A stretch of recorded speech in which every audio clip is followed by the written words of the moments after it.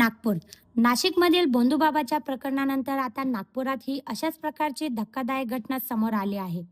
हरवलेला पतीचा शोध लावून देण्याचे आमिष दाखवत एका तथाकथित मांत्रिकाने विवाहितेवर लैंगिक अत्याचार केल्याचा संतापजनक प्रकार उघडीस आला आहे. या प्रकरणी सक्करदरा पोलिसांनी 65 वर्षीय आरोपी ताहिर रशीद बेग याला अटक केली असून त्याच्याकडून आणखी किती महिलांची फसवणूक झाली आहे याचा तपास सुरू आहे. पोलिसांकडून मिळालेल्या माहितीनुसार पीडित 36 वर्षीय महिला नागपुरात घरकाम करून उदरनिर्वाह करते.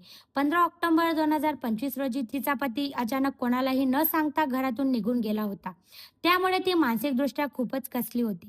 या परिस्थितीचा गैरफायदा घेत आरोपी ताहिर बेग याने स्वतःला मांत्रिक असल्याचे भासवून तिचा विश्वास संपादक केला. एका कार्यक्रमादरम्यान आरोपीची पीडितेशी ओळख झाली. त्याने जादूटोणा आणि विशेष पूजा करून तिचा हरवलेला पती परत आणू शकतो असा दावा केला. सुरुवातीला पीडितेचा विश्वास बसावा म्हणून विविध पूजा आणि विधी करण्यास सांगण्यात आले.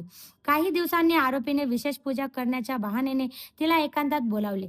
यावेळी आरोपीने पीडितेच्या नातेवाईकांना बाहेर पाठवून तिला धमकावले आणि तिच्यावर जबरदस्तीने लैंगिक अत्याचार केला.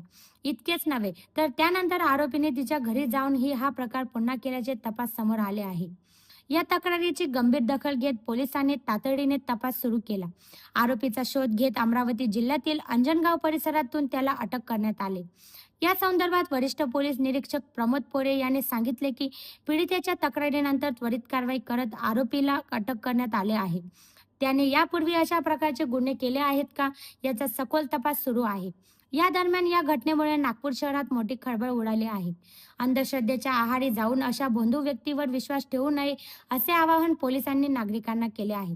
तसेच अशा प्रकारच्या फसवणूक आणि अत्याचाराच्या घटना रोखण्यासाठी नागरिकांनी जागरूक राहण्याची गरज असल्याचेही पोलिसांनी सांगितले. ABS news Marathi.